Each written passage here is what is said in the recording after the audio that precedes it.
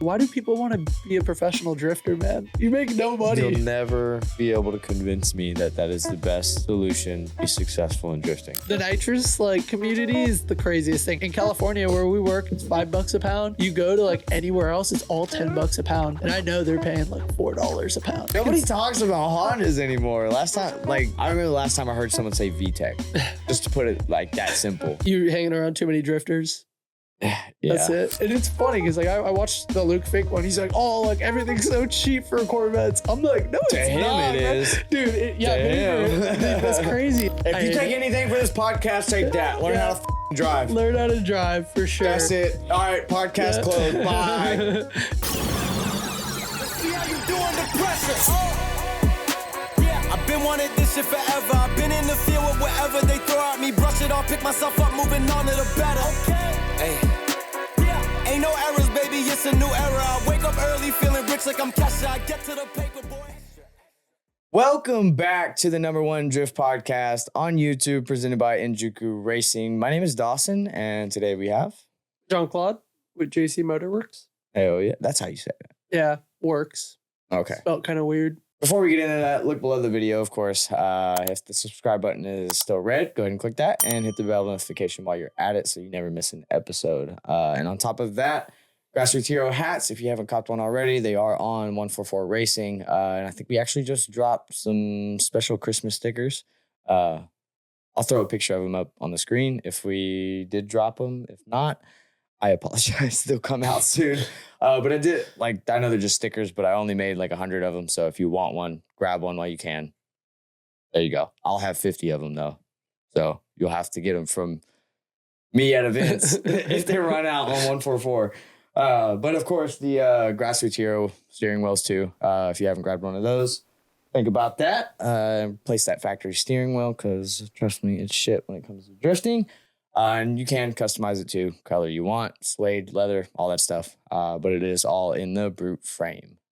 But that's on 144 Racing as well. Links are always in the description. Sorry that was so long-winded, but we're here, baby. If you want to kind of give a little deeper introduction on who you are, what you do, What do I makes do? you relevant.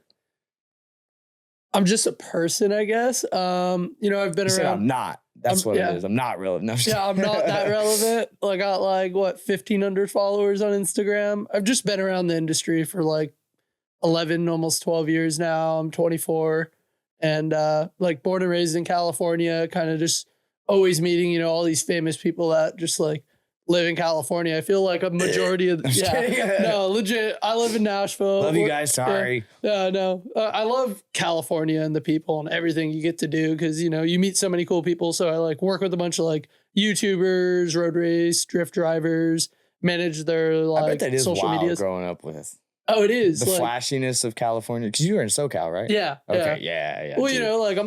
I was 13 and I used to always go to all these car meets and then they would turn into takeovers somehow. God. And I'd be hanging around DD and there was a bunch of other random relevant YouTubers out at the time out there. And I just right place, right time. And, That's cool. Traveling the whole United States, going to all these different events. Yeah. That definitely helps kind of meet people. And then now I'm starting my own website and, trying to not work 9 to 5 for the rest of my life like everybody else. Oh, Yeah. No. we're getting into all that. Yeah. It's for me, every time I go to California, I just feel like everyone's staring at me because I stick out like a sore thumb. I don't fit in California, but it's beautiful out there. I just wish it wasn't so shit government wise. Anyways, we'll move on past that. No, it was cool. We had Irwindale and the Long Beach Grand Prix with FD and all that. Actually, before we go any farther, what do you think about that Irwindale closing and how it pertains to FD and all of that? I've been wanting them to leave Irwindale for ever. Really? Why? I don't know. I've been to every single Formula Drift event, every venue, and I feel like Irwindale, it's raining, it's super hot. Or you get lucky and it's perfect and dry like this past year. I feel like this past year was the best year that it ever was weather-wise, which was a really cool way to kind of end it. I know a bunch of... Huh? That's a good way to go out. That's for sure. No, it was great. And it's just... I don't know. It's one of those tracks where it's like, it's kind of in a weird spot of California. Yeah. And now it's gone. It's honestly terrible. It's gone. Like they're trying to fix street racing and make it not a thing, but Yeah. they're taking away everyone's option in kind of like going to the track for cheap. Cause you used to be able to go to Irwindale. It was like $30. You can go drag race their 8th mile every Thursday. And Damn. yeah, it's super That's cheap. super cheap. What the Yeah, fuck? but now that's not an option. And obviously there'd be like a ton of people, but yeah, now I think there's like one drag strip in SoCal, and then you go out to the desert and you got like Chuckawalla airstrip, which is like a half mile. That's a cool one, but yeah, it's unfortunate for sure. From what I've heard, next year's 8th round will be way better. So we'll really? see. Do you know any like details of what might be happening? What tracks they're considering? So it's staying in SoCal. It'll be in Southern California. I'm not too sure on which track it's going to be, but I know it's going to drop at Long Beach Grand Prix in April. That's when the 8th round will be kind of acknowledged to the general public. I think how cool it would be to have it in the Coliseum. Oh shit! The Los Angeles Coliseum. Yeah. That would be like the coolest event because like a big stadium. But I've talked to some people and they're like, well, that Coliseum holds like 250,000 people. Like, you know, it's gonna be like just this. People. It's gonna be this one bleacher because FD ain't gonna fill up anything over 50,000 people, which is a lot of people. I think they get like 20 or 30,000 people out an event. So it's cool. But yeah, no idea where that's going. Excited. I think it's gonna be a good thing. Oh yeah, definitely. What do you think about since we're on the topic of FD? They announced at PRI that in Atlanta they're going to be teaming up with Gridlife, which I'm sure you probably saw on Instagram and stuff too. But what do you think about Gridlife being during the day, FD at night? How that collab will go about? It's the thing. It's not just Gridlife and FD. It's Global Time Attack, Gridlife, FD. I think I have no idea how they're going to fit it in one day, unless Gridlife's just a nighttime thing. But then Formula Drift is a nighttime thing. So no, Gridlife's going to be held during the day. Okay, so it'd be held in probably like Global Time Attack road racing, and that'll be, I don't know. Yeah, I think there's going to be more people at Atlanta than I've ever seen in my whole life. But that bowl area where we all sit is already packed. So where are they going to go? Well, for Gridlife stuff, they'll be running full course. Yeah. So I've never been up towards like the backside. Is there really a lot of places to view up there? Like walking distance, I have no clue. I've been to Road Atlanta once my entire life. And beautiful facility. I essentially went to the pits and that was it. I got to see the bowl area of the track, which is it's really cool that you can spots. see the entire layout from any angle right there. It's wild, but full course is going to be nuts. No, for sure. I think it's going to be like a 1 lap, and then you pull in and change your tires for sure. Oh, easy. I don't think for some of these guys. Well, you can't even drift half of it. You know, shit. You're gonna you're not gonna drift the straight. You're not gonna drift the hill. You're gonna drift through that chicane. Then you'll come around. You'll do you might be able to do turn 1, which is terrifying going because like the road racers, we go into it at like $120, and then you like come up over this hill, and then you'll probably be able to do like 2 to 6 down to the left, and then it's like there you got 1, 2 sections of the track you could really drift, unless people are just like monging the straightaway, right. Which is possible. I don't know what people do. Maybe. Yeah, they. I'm excited to see how it turns out. Yeah, I think it'll put a very good spin on things, especially being that like Atlanta is kind of like almost a breakup part of the season to shake things up. You know, not be so repetitive. It's the East Coast. It started on the East Coast. You know, it's cool because it's like California and then all East Coast and then back to California area because you got Seattle, Utah. Never been to Seattle, actually. That's the one round I haven't been to. Just the 24-hour drive from California. I need to go to more FD events just to see the tracks at least. You'll be there for you'll go to Atlanta. Yeah, I should be in Atlanta this year. That'd the full time. The full time. Yeah. Not just for the practice day. Yeah. No, that's a long week. People roll in Tuesday. Yeah, dude. It's rough. I don't know if I'll roll in that early, but you know what I mean. But it's what, 2-hour drive from here? 3? It's about 3.5. almost 4, depending on traffic. Wow. Yeah, that's 5 from Nashville, 4.5. We gotta go. You gotta go through Chattanooga and mountains and all that shit. So that's why. But yeah, whatever. Yeah. Actually, what do you guys think will happen? Do you think the grid life thing? Are you excited to see it? How do you think it'll play out? Do you hope to see it more at more of the FD events? Which track would you hope to see it at? I think that'd be interesting. Let me know in the comments. But we'll move on from there. I have a quick thing. Oh yeah, do it. Say it. You think there's not going to be any drifters doing grid life too? How do you mean? Like from FD? They're going to be doing Formula Drift and grid life the same weekend? Oh, that's a good question. That'd be crazy. Like Adam brings out his, 4-rotor or his time attack car or whatever. Like that has to be a thing. That's going to be wild. It's like Brutski running Pro Spec and Pro. You think an FD driver would risk their actual pro car to do it? Jeff Jones. Oh yeah, Jeff Jones would fucking do it. Yeah, Jeff he's Jones, a cowboy. for sure. Yeah. That's interesting. That was just a thought I thought. Like, how cool would that be? Yeah. It could be a fun weekend. Let us know who you think. Yeah. Well, all right. We'll move on from there. So just explain to me what JC Motorworks is. So I obviously work with all these companies and drivers, and I obviously have like a close relationship with everybody. And I kind of thought like, man, I make a little bit of money here and there, but like I should just start selling these products because a lot of the people I work with don't have like a website or anywhere for people to buy the product. And if I work with these drivers and they push my website, which pushes the product that they're sponsored by, it helps my drivers and helps me. So I kind of got into the sales realm there. And I spent 4 months designing a website on Wix, and then just found out that I had no idea what I was doing. And then I hired someone, the smart thing to do. And man, you pay a website designer, it's $5,000 to $15,000 to put up a website that's gonna work how you want. Cause I didn't want to use a Shopify or Wix or anything. So I ended up scratching my Wix website thing, and I fully scratch made my own website. It has its own custom inventory system and checkout and everything. Oh, yeah. So I own the rights to everything now.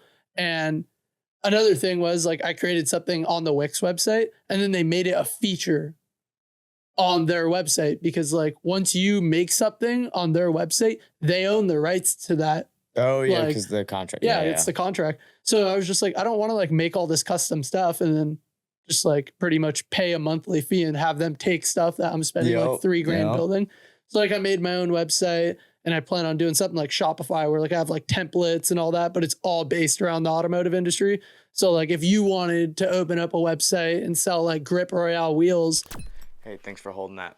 If you haven't already grabbed one of the Grassroots Hero Grip Royale collab wheels, you should probably do that. And if you didn't know, it's not just one option. You can customize it to whatever colors that you want for your car or just what you like in general. So if you haven't already, I think it's time to upgrade that interior because it really could be holding you back. Now jump on over to 144 Racing and grab yourself a wheel and upgrade some of that interior. And if not, I appreciate you watching anyways, so let's get back to the podcast.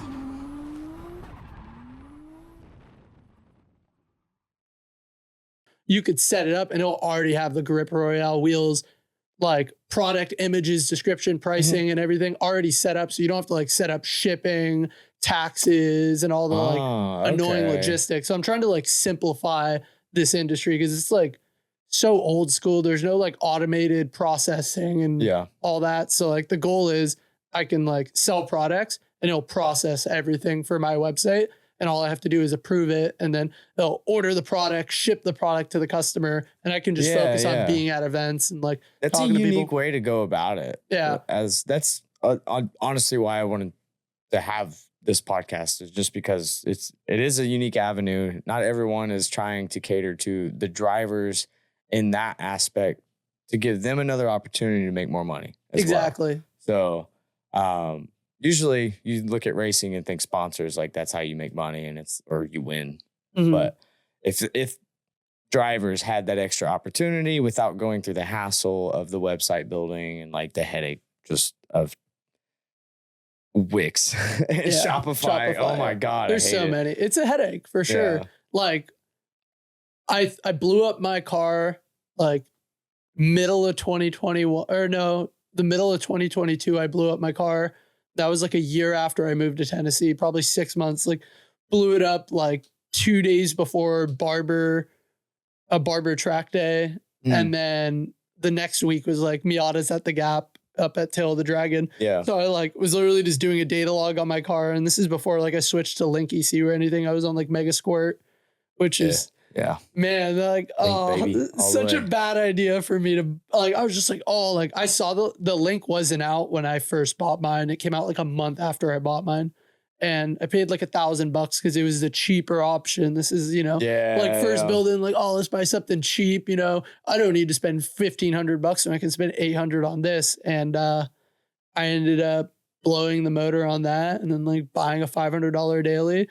And the car hasn't ran since it blew up like 2 years ago. Oh, shit. But yeah, I started my website then and it's now about to launch, a couple days before this podcast comes out. And, excited, but that's perfect then. Yeah, so it'll be out right before. Okay. Yeah. So anybody, so JC Motorworks.com. If you're watching this, you could go check out the new website. Yeah. And I've tried to like keep it different than everybody because like, when you're going on websites and every time you click on something, it like loads up a new page and it just like takes so much bandwidth. And if you have bad Wi-Fi and you're trying to order something at your shop, it just takes forever to load stuff. So everything's like, you're on like Instagram, like when you load up the app, everything's loaded. So like when you click on, the product, it just pops up a page over that product instead of loading a whole nother page. Oh, okay. Yeah. And it makes everything run a lot smoother, makes it a little bit easier to navigate. I tried to like keep it as simple as possible. Like you could select, road racing, drifting, rallycross, off-roading.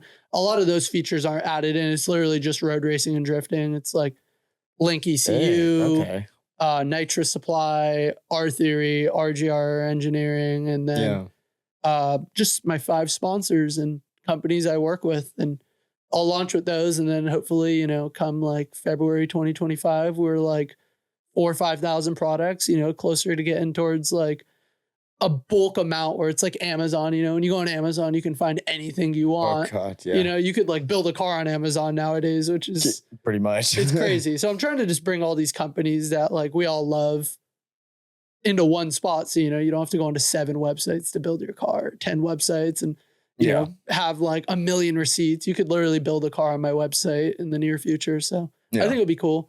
Yeah. It's a headache. That's good. I don't recommend it for anybody unless you're. I mean, that means it should work out well if you're putting that much effort into it. Exactly. That's the way I see it, at least. Yeah. It's, it's like you want stuff to happen so quickly, but it takes so long. And it's like, oh, it's been 2 years, which 2 years really isn't a long time. That flies by so quick, Yeah. Like you hit the off season. It's like, oh, I got all off season to finish my car. And and then you look at the calendar and it's like, you're like, wait, that's only like a month and 2 months, maybe? Yeah. It's fucking, no. Yeah.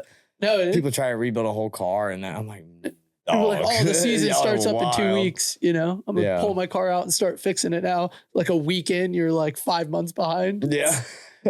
Terrible. You know how building cars are. It's such a headache. And then you're always relying on other people for parts. I just need to be like Adam LZ and have like a warehouse of parts where I can just build a car without leaving my house. That'd be fantastic. It would be. It would be. Well, you mentioned Link ECU. But what did you think about their new ECUs that came out at PRI? The Neo 4 and Neo 6, really cool. I was talking with like Forrest Lester, who does a bunch of their like technical stuff. The cool thing about that, which I think I'm not super familiar on every other ECU, but I assume they all kind of have this feature and we're kind of just catching up because Link ECUs, it was always like up until a couple of years ago, it was a little bit behind and now it's kind of catching up to like 2025 technology. They have a USB port you can plug in and it'll power the whole ECU up with like just one cord instead of having to like ground and power. And they can load up tunes and send you the ECU unlocked with the tune on it. So you can literally plug it in, start the car up like That's that. That's going to be convenient. Yeah. We'll see. It's coming out like middle of 2025. So I think it'll be good. But it's going to, if I had to guess, like $2,500 it'll be kind of priced at. That's kind of what I was thinking.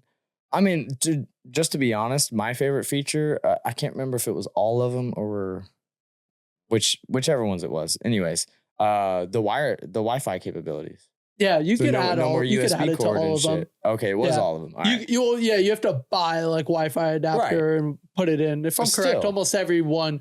Or no, yeah, I have a plug and play in my Miata. Literally one of those, like you buy it and it goes in the stock case. Yeah. And I have GPS and Wi-Fi and all that on it. Expensive. I need to add Yeah. that. I know it's expensive, but doesn't the new ones like they come with it? I'm The pretty new sure. ones, yeah. When you get the like G5 series, Okay. all of those have Wi-Fi. All of them have GPS. They're pretty cool. And that's why okay, it's good buying it, because like everyone's gonna look on their website and That's be like, worth it alone for me, dude. Yeah. I hate that damn cord. It gets Exactly. on my nerves. Well, the thing is everyone's gonna be like, oh, like why would I get the Neo 4 or Neo 6 when I can just get the Extreme X? And it's like, because if you want that GPS and Wi-Fi, you're gonna spend another $600 you'll be buying at them that price point independently to wire them in, where you just buy this ECU and it already has it integrated. Yeah, So- and you have to do the extra work. Exactly. No one I don't likes wanna do wires. that. Yeah, no one wants wires. Screw that stuff. Yeah. I've been working with Link for like 2 years now. I met him, Jason, at what was it, Riverside 50K? Yeah. Have you ever been out there? Oh yeah. It's a cool event. I went to which they're not doing. He's not doing events anymore, but the New Jersey one, the last New Jersey one that he did. Yeah. I was out there. That Why one did was they wild. stop? It's a bunch of stuff. I mean, apart from like it wasn't promoted enough on social media, so like a lot of the times people just didn't really know about it.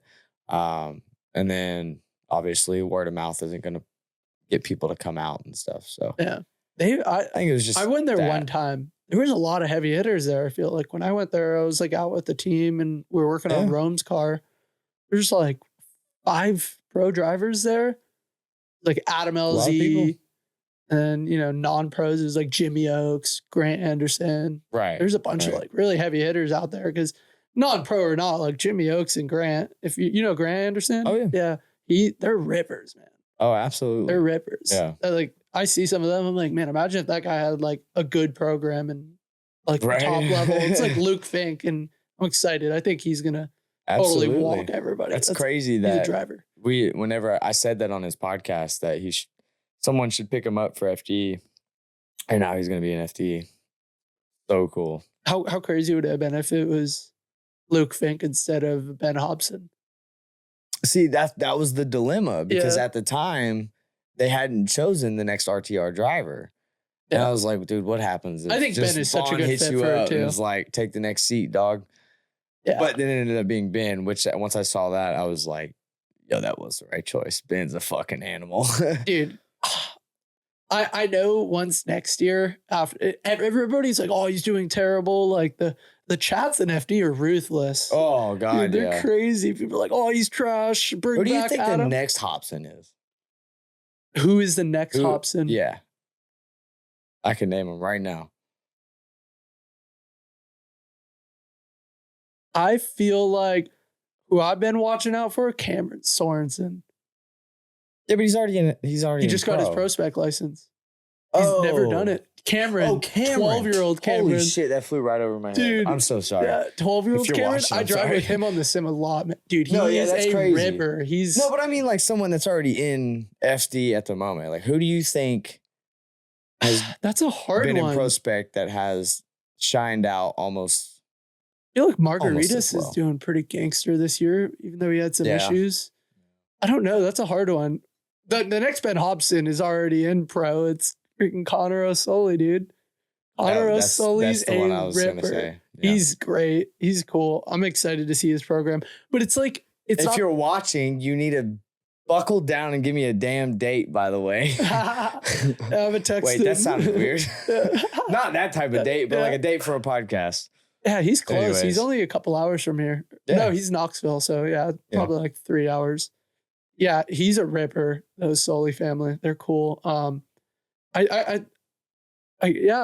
don't even know who would be the next Ben. Or I guess No. now who's the next Connor O'Sully? I don't know. So which one are we gonna go with? Even now? though Connor didn't win the championship, which is so unfortunate. yeah, Yeah, I don't know. I guess I would just have to look at the list I feel like that's a hard one to like Nah, I answer just on go the fly. with Osali. Osali was fucking. Is that who you ridiculous. think? That was my choice. Yeah. Yeah. Because I know that he's going into pro now. But anyways, no. Let's jump back on your company and stuff. Yeah. So don't you make parts yourself on top of all that? Yeah. So like I have designed a couple products. I try to just outsource everything, but I've been like really pushing away from like stocking stuff. Cause if I can just run a successful website for at least the next like 12 to 24 months without stocking anything, like my margins are like 35% and up. Yeah. So it's like when I go to stocking, it's like 40, 45% in some. So I'm just like, why would I like pay somewhere $3, $4, $5 a month to store stuff for 10%? Like, I don't know. But I make some like nitrous stuff that I like have like, I designed their like new nitrous shutoff valve for Formula Drift, and Nitrous Supply like does all the manufacturing and supplies that, and I sell it and then they sell it. And then the quick disconnects that we did for the nitrous bottles. But yeah, all of it's just like other people building it. I've designed it. And then I've designed a couple like little gauges that like fit in the stock Miata place. Like there's like cruise control and all this. I have these like cool like vacuum Yeah, I noticed gauges. you've done quite a few Miata stuff. Yeah, like that. Did you make that kit that's on Instagram? That body kit? Yeah, so I designed it. It never It's got not, like, manufactured. Okay. Now I 3D printed like the rear quarter and the side skirts, and it was fucking insane. nuts. Yeah, I saw the video that where you went from like, what was it, V1 to V15 or some shit like that? No, that was like, that video was like 30 different body kits that we designed, and then like I picked. Holy shit. Yeah, like it was like a year, like the body kit design's finished. All I have to do is pay these people like $8 to $10 to 3D print them in one piece, test fit, and then make another $10 for the molds. But that'll probably come out in the next year. And that body kit, that thing's crazy. Oh shit, but that's cool. Yeah, no, that was such a huge project, and the whole goal was not to make that until my website was launched, and then relying on other people. Like this podcast was supposed to be filmed like 6 months ago. Oh yeah, we've been trying to work this one out for a while. Yeah, and I've been like, oh, like I want to go hang out and talk to Dawson. I'm like, no, like I want to like, because we haven't really talked that much. I'm like, I wanted to like us be like kind of getting to know each other during the podcast. I don't want to know everything about it. Like you're what 40 minutes away. Yeah, whatever. You're not far at all. Yeah, Tennessee local. If you didn't know. Yeah, we're out here. I can't remember. Yeah, I wasn't born and raised, but yeah, no. Yeah, I make some products. I've tried to stick away from that. I love like making my own stuff. Like what do you design with? Like, what is it? CAD? Yeah, I'll do like some Blender, CAD stuff. I'll pay a lot of people to design because like I've learned how to design, and man, that's like a full-time job. Oh yeah. So it's just like, it's expensive to pay people, but I have a lot of friends now that are in that realm, and they'll do like pretty cheap work. Like the body kit design over a year only cost me $3,000. But that was like someone I worked with. That's and cool, that guy worked for Volkswagen designing for VW. Oh, sick. Yeah, so we did some like crazy stuff. CFD, like put the car in a wind tunnel on the computer and all that. Hell yeah. Like figured out exactly where everything is. So yeah, we put a lot of money. Smart for my brain. Me too. But it's like, I don't know, when you try to get into something, it's like, oh, like it's gonna take me a year to figure this out. I just need to pay somebody. And then like a year later after paying someone, you're like, I should have just learned how to do it. I would have been done by now. So yeah, learn how to do stuff yourself for sure. Yeah. Or at least it'll get to a point where you have to rely on other people, but you know how that is. It's hard for sure. Absolutely. How did, with the little experience you do have as far as designing stuff, how did you learn? Like what? YouTube. Like, did you go for to? Sure. Okay. Yeah, YouTube and like YouTube, all these other people. Like, everything you can watch on YouTube, man. There's like people like, oh, this is how you put a CBR 1000 motor in a Mazda Miata, and it's like, what? This guy's literally like, why telling do I need you to know that? Yeah, but I don't know. He's showing you how to engineer it. It's crazy, you know, like, and a lot of other people. I've been pretty like thankful to like work with a lot of different shops. I work with this shop out of California that like pretty much did a lot of the deep R&D on the Miata. It's called Terreno Motor Racing. It's like the original AN shop of Orange County. They used to like pull up to the Grand Prix in 76. They would have like a push cart and it just had every fitting and hose, and they would make hoses for the F1 cars at the track. That's cool. They would restore F1 cars. And now it's just like an AN shop that has like F1 cars up on the rafters and stuff. You know, I don't know why AN like Vibrant or someone like that doesn't do that. It's just easier to, I guess it's easier to sell them online, but dude, they do. Well, not even that. Like just for, I guess, the exposure. I mean, if you're gonna run a booth anywhere, might as well, like, you know, bring some product with you in case someone busts a line. Let's make one up real quick. I agree. And then that, like, dude, you save the day, and your company gets our nitrous stuff that I'm doing with FD. Like, we have lines and everything. We bring like 150 backup lines, like all different lanes. Yeah. And it's crazy. Like every time we go, people are like, yo, you got this line? Yeah. We're like, here you go. I guess drivers are already kind of would be bringing AN line stuff anyways. Well, a lot of them I've noticed like use like push lock, or they'll use like the push thread one where like the collar will go over and they'll just make it right there at the track. Mm. But if you're like running a full program, you should have those lines already made. You don't need to be sitting at the track. That's what I'm saying. Like, you'll probably already have the spares made, ready to go, already with you. So I guess that would be kind of null and void to have that service in a sense. But it would definitely work. Like, it's hard. FD definitely needs a lot more stuff. Like the nitrous is huge. Like out in Utah, man, those people are driving an hour and paying $11 a pound. Oh, dude. And we're out there selling it for $6 a pound. It's like you're paying $5 extra a pound. The nitrous like community is the craziest thing. Everybody, like in California where we work, it's $5 a pound. You go to like anywhere else, it's all $10 a pound. And I know they're paying like $4 a pound. I'm like, man, they're ripping these people off. Wild, man. It's because the party scene. Everyone thinks that people just use it for partying. And that's wild to me. Yeah, that is true. And it's like, there's sulfur in that nitrous stuff, bro. That ain't medical grade nitrous. That's industrial nitrous. Yeah. Well, okay, so let's jump off of that for a second. The Miata thing, don't you still have that Miata? Yeah. So does it still run and everything? It's about to be finished anywhere. Like I ended up like fully building the original motor, bought CBR 1000 ITBs before it blew up. I bought them off a motorcycle, like 3D printed my own manifold. And then now it's cast aluminum, like made my own adapter plates out of aluminum, hooked it up, made like 30 wheel extra. And dude, that thing, that's cool. It makes the craziest sound. Revs to like $8,000 when it was stock. And now it's like fully built, like has a turbo plenum on the ITBs. I could throw a boost at it, has 150 shot of nitrous. Like, dude, it's going to be, it weighs like 2,000 pounds. It's going to be terrifying. But yeah, I still have it. What the fuck? Like, okay, so is that crazy. Is that for time attack stuff? Yeah, that's like road racing, like hill climb.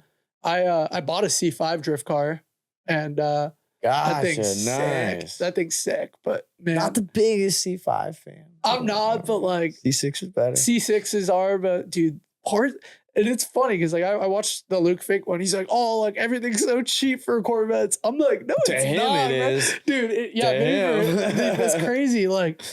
You go, like, I'm building an E46 next year, which we'll talk about more on the next time we talk. Yeah, you're going to have to wait for that one. Yeah, that's going to be crazy. But, like, you can go get fenders for $50 for those.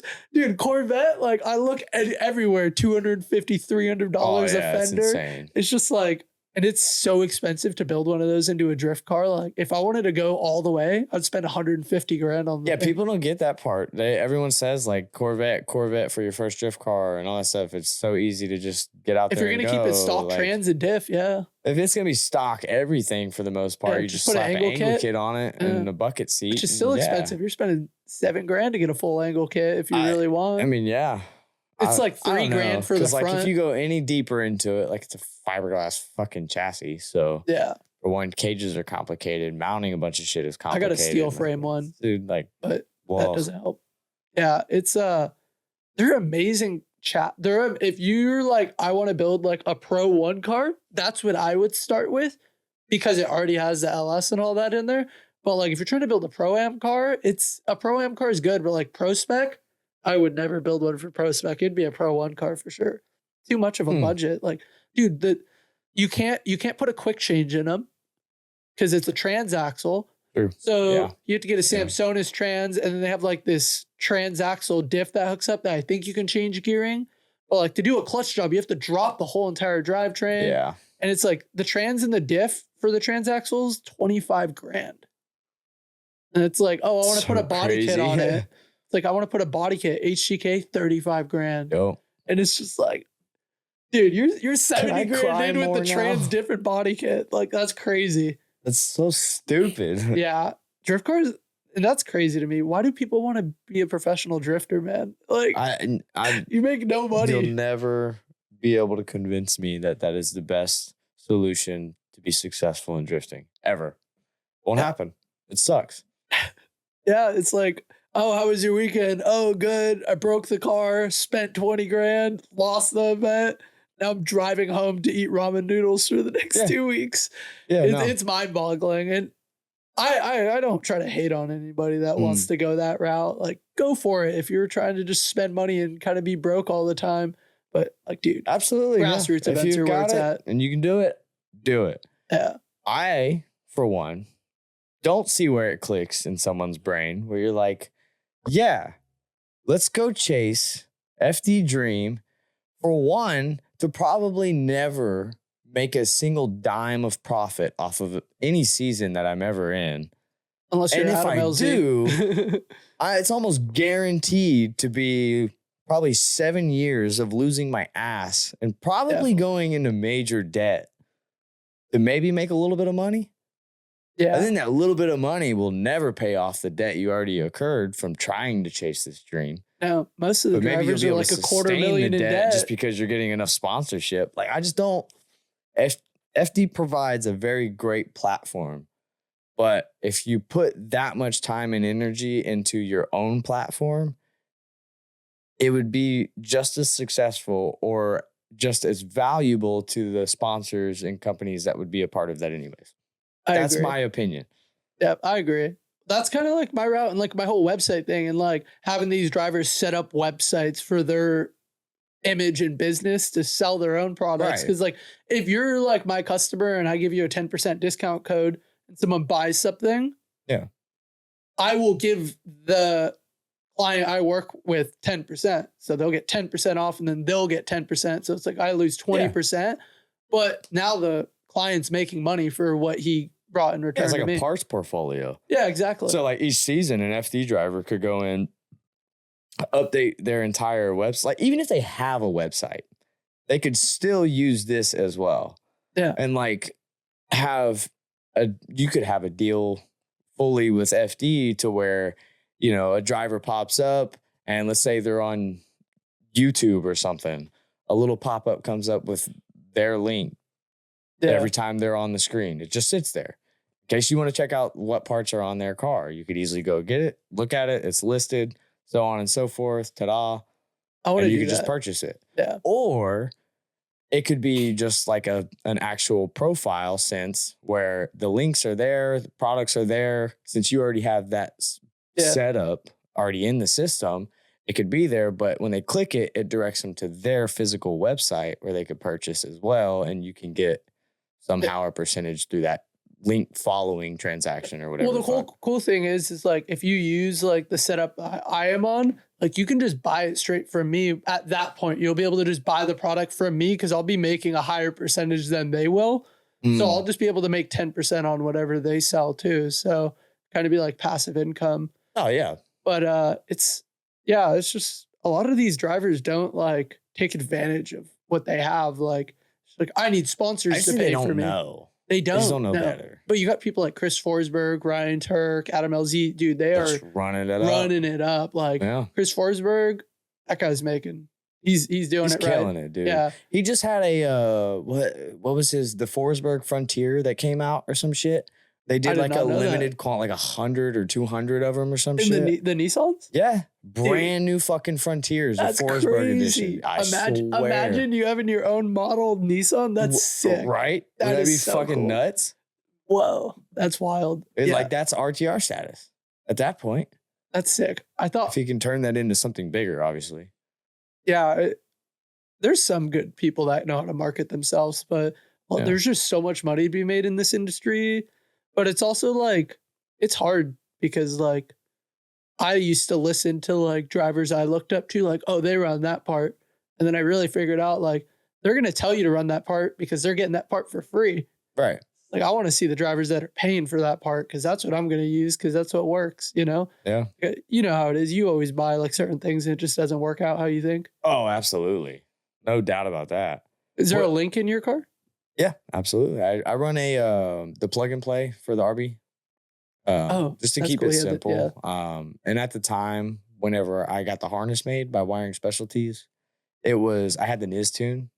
So I just got the normal NIS, the factory connector on my harness. Could you not put the stock engine harness from the RB in there and then just connect it to the ECU? So no. For one, it was a stock harness modified for an S13 swap. And on top of that, they're like, what are they pushing 30 years old now or some shit like that? That is true. They're all just junk. They're all crust. I still have it out there in the shop. It's just if anyone needs an S13 RB swap harness, I have one. You're more than welcome to have it for dirt fucking cheap. Give it a try. No return policy. I will say Rob from Nappy Boy may have taken a connector off of it. I let him scavenge through my harnesses to grab a connector one day, but you guys can buy a super dirt cheap pulled apart RB20 S13. You can find the connector on eBay. You'll be fine. Just $50, you can have the harness. There you go. That's a good deal. Find another harness that cheap for an RB. Hey, even if you don't use it, you can just like lay it on the ground and make your own copy of it. At least you'll know where the pins and everything are. Yeah, I don't even think about that. I don't like wiring that much, so I didn't do that. So that stuff's extremely intricate. Yeah. That's why I bought the plug and play. I just didn't feel like rewiring anything. Just plug it right up. I wasn't going through for anything crazy anyways. Not a bunch of crazy sensors and just the basic stuff. I wish they made more of those like harnesses. I'm making a harness for the Miata to link. It's going to be like a full interior or a full engine wiring harness. And it'll go to a bulkhead for the firewall. And then the reason I did that is because you can use that and then have your own interior wiring harness to different sizes. So in theory, if someone like put for some reason a BP4W Miata motor in another car, they can use that engine harness and then have their own like extended interior harness. Because I don't know, I don't like pulling the harnesses off when you pull engines out. That's a headache. I will say that does suck. Yeah. Now for your average grassroots guy, that's not really pulling that motherfucker out in and out all the time. And like, I could see that not being too big of a deal. But plus, I mean, like Wiring Specialties does do. They got some nice stuff. Almost a harness for any swap. I'll put it this way. I know you guys have heard me say this a million times, but they are the only company that made any part for that swap. Really?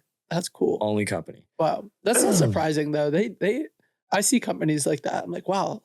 I would have never even thought about that swap. That's cool. Yeah, because I mean, it's wiring. Like you don't even need a car physically there to test it. It's just diagrams and stuff. As long as you Link know ECU has the new LS stuff. Yeah, that's cool. That's going to be cool. I'm you saw their like setup. Yeah.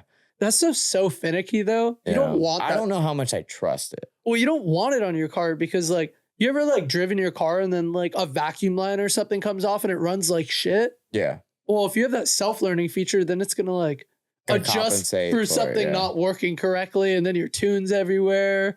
Yeah. Like once you tune your car, if it starts to run like bad, something's wrong with your car. You need to fix it, and then it'll run the same. Yeah. Now I will say, if that happens and you're still running the car long enough for it to retune itself, you might have a personal problem. Yeah, that's true. Fix the car before the issue gets worse. Or irons itself out. Yeah. I used to daily the Miata for all the audio listeners. Yeah, I used to daily the Miata. You ever dailied one of your like fun cars? No. I put 30,000 miles on that thing in a year. No, I'll just go with no. It was crazy. Fuck that. Dude, it was terrible. Bucket seat, cages, was my harnesses. Jetta that I had. I had a GLI, VR6 Jetta.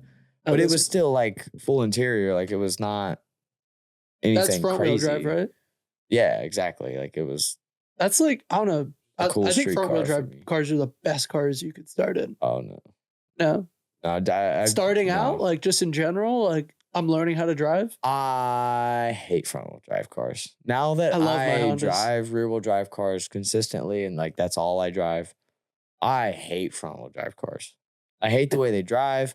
I hate the way they feel, especially in the rain. Oh my God, it sucks in the rain. That's true. I am That's so terrified sketchy. every time I drive a front wheel drive, especially if it's like a little fucking piece of Holy shit heck. Toyota or something that's tiny and it's just an oversized go-kart.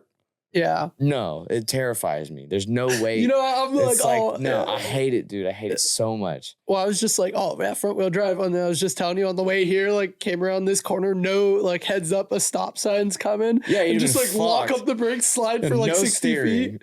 Yeah, no. At least with rear wheel drive, you can just stomp on the gas and counter steer and like get That's out true. of it. There's sketchy things. I don't know. I started out in a Honda and like, dude, I used to have like my 8th gen Civic sedan. It's like a little 6-speed.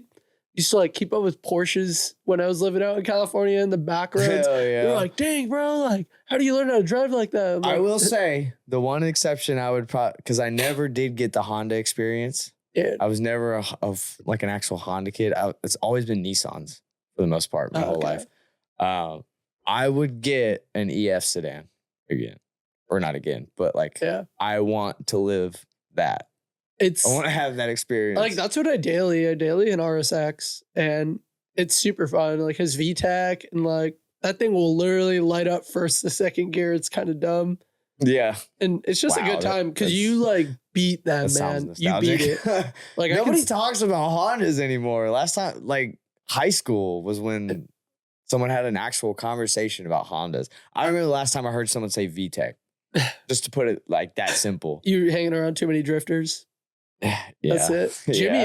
Jimmy Oaks has like an old Honda Civic drift car. It's like rear wheel drive converted Oh, I and know. everything, and it's the coolest thing. I watched him build that whole car. I did too. It was Yeah. so I cool. love that. I wish he drifted it more. I feel like there wasn't Oh, a I'm lot. sure it feels like ass.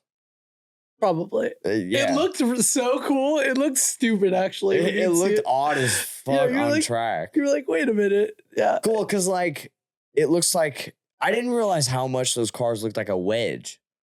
So like the hood is an incline, and Yeah. then the windows follow that same incline. So the windows get smaller as you go back, and then the rear is like really fucking tall. It's weird. So when you see it out on track sideways, it doesn't look like a flat car. Yeah. That sounds so stupid the way I'm saying it, but you know what I mean. I get what you're saying. They're odd for sure. Like you look at an E46 and it's slammed, bottom's completely level, windows are completely level. Like it looks cohesive. yeah. The Civic just looks odd. It like jumps up Yeah. in the rear. I don't know.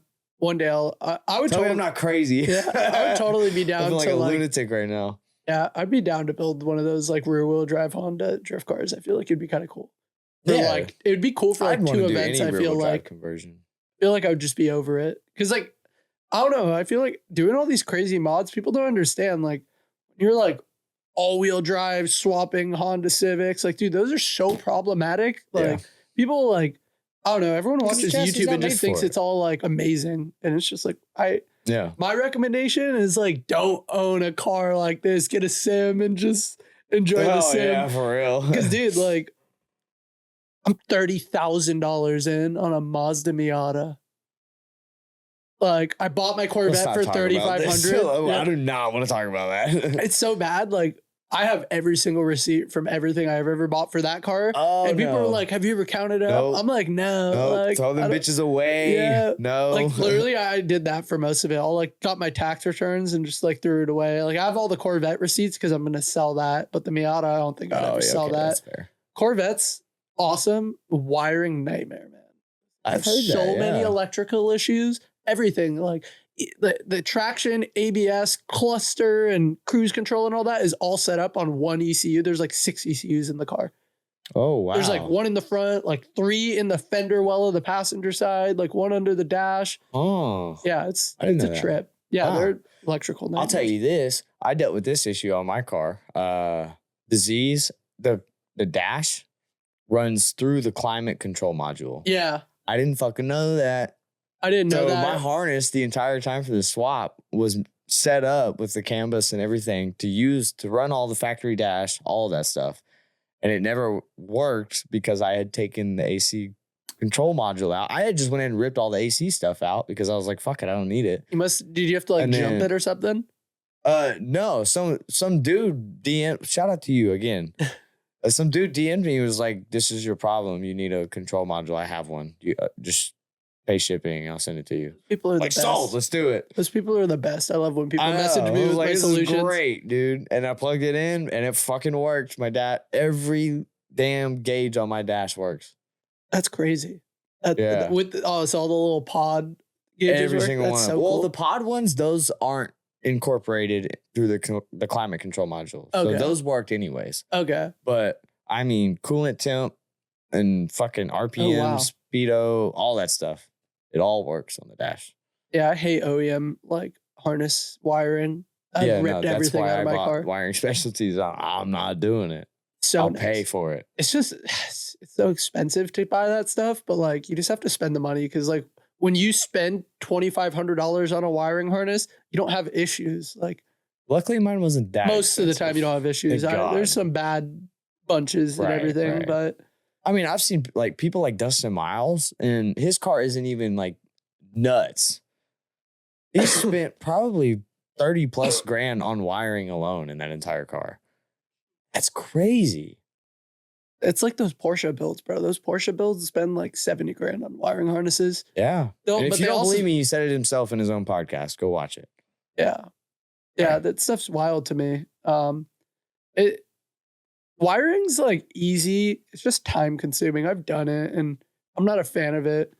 That HB Academy stuff, I don't know if you ever watched that. The HB Academy a school. little bit. Yeah, I've watched like their whole wiring thing, and then they have a couple like suspension geometry classes. So, okay. So I did want to ask on the website stuff, since it is getting built. I know you didn't go into, well, you did go into some detail on it. But how long, you said it was 9 months to get that entire process done? By the way, sorry, we just jumped combos. So I started in 2022, probably September. Spent like 4 to 6 months and like got it like 90% there. And I just had like taxes and shipping. And then I ended up being like, I need to hire somebody professional to help like tidy everything up. Because when you like go on their websites, it's like $700 to set up this, $900 to set up this. I'm like, I'd rather just pay one guy to do it all at once. I ended up going to this guy and he's like, oh, like with your website, we should just make everything from scratch so you could build off it in the future, which was true. And he was like, 3 months it'll be done. And then about 7 months in, it was just like not done. So I was like, oh, like hired another guy. And now it's just finishing up after I started it in April. So we're coming up on 8 months. Man, that's crazy. Yeah. But it should have took me 8 months. But I redid the website twice. So or 8 months, I would say. Like that's why I'm trying to kind of get my website set up where you could build a website in 2 weeks. Yeah. That is good. That is good. Damn. Okay. So if you, it's kind of hard to ask this question then since it was through so many people, but if you had to total up the lump sum of start to finish building this entire website from scratch, how much would you say it costs? $10,000. Damn. For $10,000 for me, it probably would have cost about $1,000 if I did a majority of it myself through Wix. Since I scratch made everything I own, like the hosting site and everything off it just to save money. Cause like, man, that stuff adds up really quick. Like if you use like Stripe checkout where it gives you all the features, they take 3% of every single sale you get. And then you have to pay like, I use Stripe for invoicing. So and then you have to do like $60 a month for the Wix stuff. And then you have to like pay this other company for shipping, and your monthly is like $300 just to have the website up. And then you have to pay taxes, which, man, it's a nightmare. It's a lot. God. I wish there was just a website that in depth with Wix and stuff. So I just wish someone like had something kind of like I'm doing where it's like made for the automotive industry. And like, it has that in mind. When you try to use like Shopify and Wix and all like GoDaddy, those websites are made for like general websites. Like some do sale, but like I was like more maxed out on product. Stuff. I was maxed out on product on Wix after like 3 months in. Like I had 350 products and it was like, oh, like add more space, this and that. Then it went from 60 to $80 a month, and it adds like unlimited storage for photos. God, just adds so much into it. They like nickel and dime you.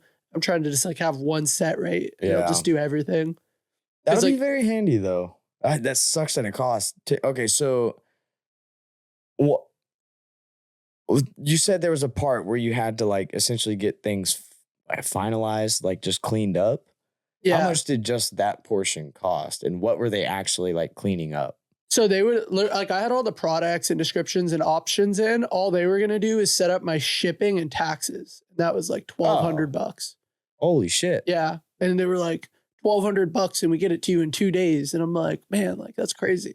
And it's just like, yeah, it's hard because they know what they're doing. So it's just like with drop shipping, especially like taxes will literally ruin you if you like don't do it a certain way, which is cool. A lot of people don't know is like I had to set up like my sales nexus tax and all that in Tennessee. So I only have to pay taxes on stuff that's ordered in Tennessee. But if you're like in Arizona and you order something from me, I don't have to charge you taxes. But I'm not able to sell to like Washington, California, and a couple other states unless I get a sales tax license. So like probably like 5 states will just be blocked from my website for the first 2 months until I get those, because each one of them is like $300 a year. Wow. Yeah. What the hell? You're getting 5 of them. You're looking at $1,500 in just licenses to sell to those states. Geez, drop shipping's weird. Yeah, and it's like taxes, dude. Like what is it? IRS, yeah. Blanking. I was about to say ISR. The IRS, like every year they change for drop shipping, and in Tennessee, if you make over $400 on tax collection a month, you have to file your taxes every single month for the state. Yeah, I have heard that one. I've never heard that in I don't think that was a California thing. Maybe it was, but yeah, dude, that's so stressful. Well, because in California you're getting taxed every other fucking way on the planet, so like they're getting their money. Yeah, I remember I was making like $25 an hour out in California, and then like you get paid, it's like $17, and I'm just like crazy. Way like, to fucking way to fuck me every month. That's why like owning your own business is kind of cool. And kind of a nightmare because like you get all the money, but like it's all there. And then like if you write your taxes off, you don't actually have to pay taxes unless you're making like over, I think like 80 grand. Then it kind of starts to get a little, okay, here, 15%, but there's no income tax, if I'm correct. For businesses here in Tennessee, there's no state income tax. Yeah. And that's just for your average W-2 employee as well. Yeah. There's no state income tax. So well, a lot of people that's the beauty of Tennessee.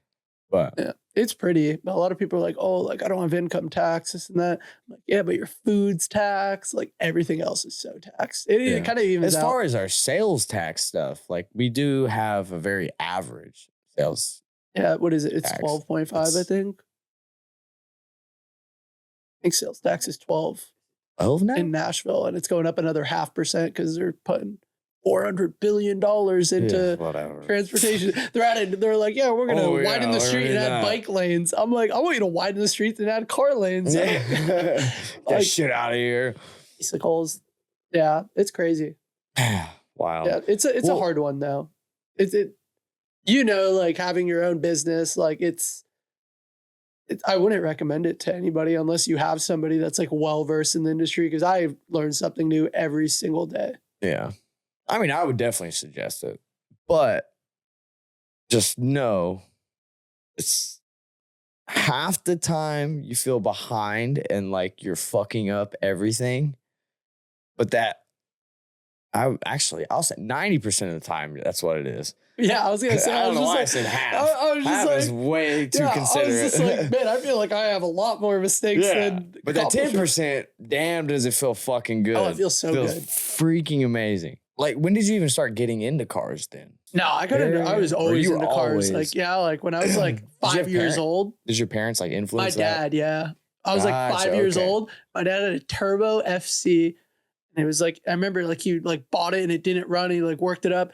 And I remember I was like 5 or 6 and it was like, it just started. And I remember how stoked he was. He was so stoked. He's like, oh, finally. I remember him just like, rah, rah, revving the dog. Like we're in this like Santa Clarita, California, just revving the dog water out of this FC, just like all the way up to 8,500 or whatever, $9,000. And I remember like he pulled it out of the garage, and the first thing he did is clutch kicked in, just goes, and right then and there, like just hooked. Bro. I'm sold. That's what I want. Yeah, dude. I remember like in rotaries, like I love the sound of it, and I think it's just because like that was one of the first cars I heard like really like let her eat, and that's when I became like really into cars. And I just 2013 car meets with my brother. Shout out my brother Danny. He had a V6 Honda Accord, dude.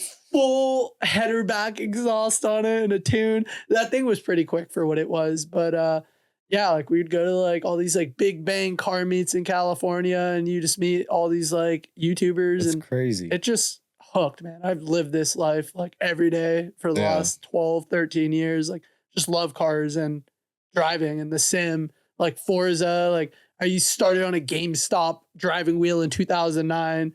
Like back when GameStop was the only place you could get like simulator and video game stuff. Yeah. And yeah, it's just live this stuff, man. I love it. It's a good time. Times have changed on that front. God. And my dad bought his FC for $500, man. Cleanest FC. Didn't run. Just like yours outside. Yeah. Mine's a little rougher, probably. But yeah. Yeah. God, one day that thing will run. I know you guys ask about it sometimes. I'm sorry. Dude, we got to fix it. One day it'll run. Oh, dude, I'll get that thing started for you. No, you won't. Dude, definitely will. You're welcome to go try. I'll try. Those things are so easy to work on. They're actually like, people no, think they're not. People think they're so complicated. Like I had an FC, like I've worked on them. They're not like not like a Honda easy. Well, it's like an editing software. Yeah. Like I have no fucking clue what I'm looking at for one. And on top of it, in their factory form under the engine bay, there is so much shit. That is under the engine bay. You got to delete everything. You got to delete everything. Exactly. It's and like I don't know what to delete. So like I need someone physically here that is like, take that out, take that out, take that out, and take that out. I will help you with that.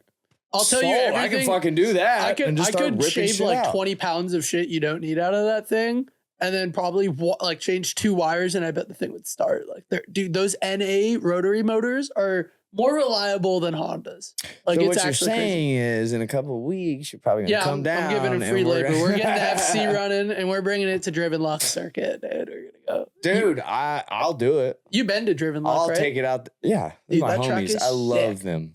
They're family to me. They're great. That's like, I remember like I visited there like a year ago. I have a bunch of like Link ECU, Vi Tour banners and stuff I'm bringing out there in the next week after my website's up. We're gonna like hang them up on the side of the track. Nice. And they're the nicest family I've like ever met. Like I was like, man, I'm about to go to the store, buy them a bunch of food and donate it to them so they can put more money into the track. Like people really don't get it. I know you had him on your podcast a while ago. Multiple times. Oh, you have? Okay. Yeah. And they're like, they live it, man.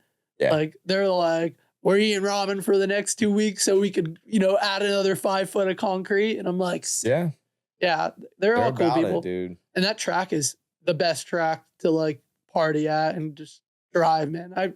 Everybody I know that drifts there is like, dude, I put like 60 laps down and used 2 sets of tires. I'm telling you, once they get that paddock paved, game over. Good. Game over. Good to go. Yeah. I've talked with him. It's all improvements. He's going to build more tracks there. Have you guys ever talked about that on here? Oh, I've been talking with, so I met him years ago at Stupid Cold. What's that?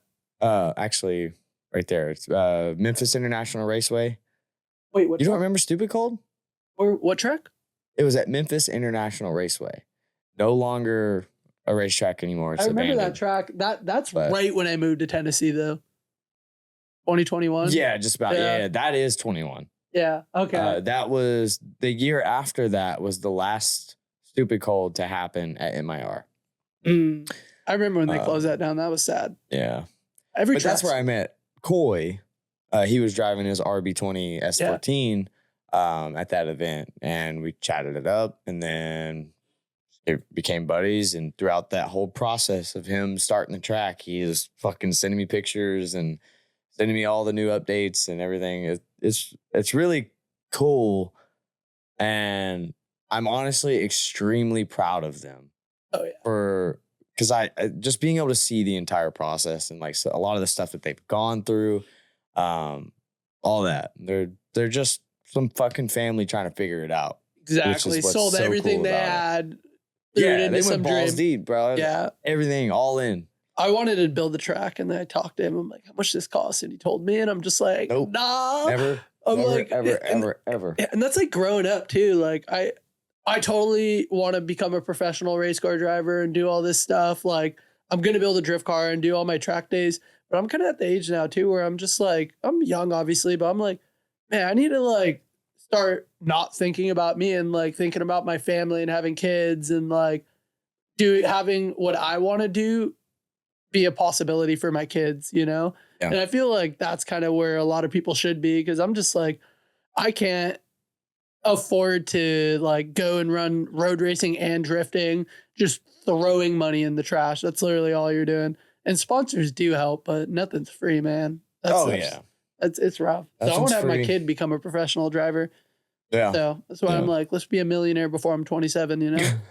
That's actually funny. My parents would always say some shit like that. Like one of my kids better be fucking sponsored by Nike or some shit by the time they're 18 or whatever the hell.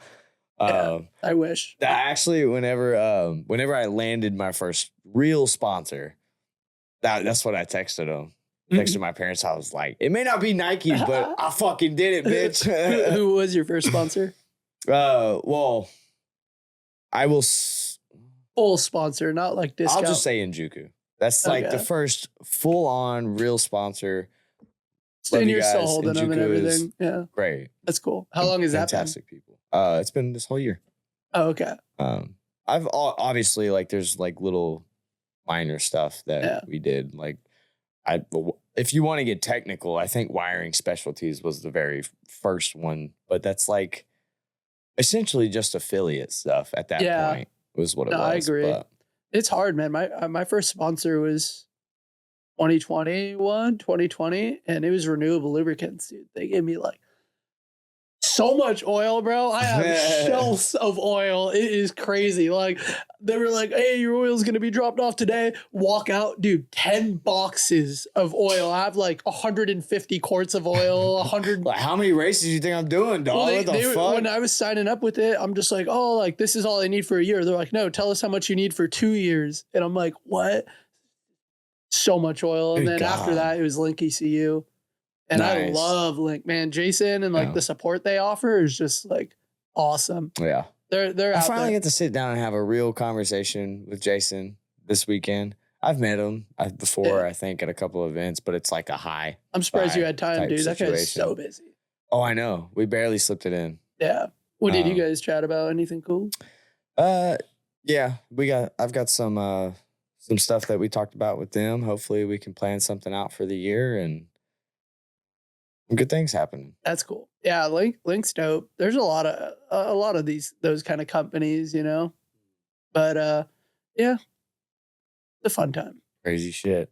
Sponsors are cool. Speaking of that though, sponsor stuff. What is your approach that you could give advice on when it comes to sponsors and meeting people or talking to people at PRI, like these events and stuff?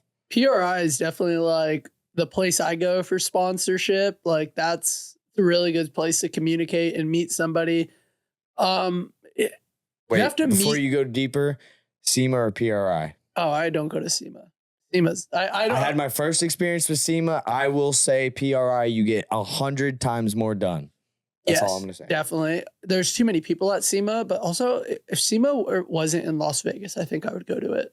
I just don't like Las Vegas, man. Everyone gets sick. Like everybody, like that's like, you know, dude, after SEMA, give yourself a week because everyone gets sick. Yeah. Afterwards. Oh my God. And people are like, no, you just bad. Like are hanging around the wrong people. I'm like, no, literally everybody I know gets sick. It's like, like everyone will leave SEMA and it's like half of the Formula Drift rosters like in bed for 2 weeks because they're like deathly sick. Yeah.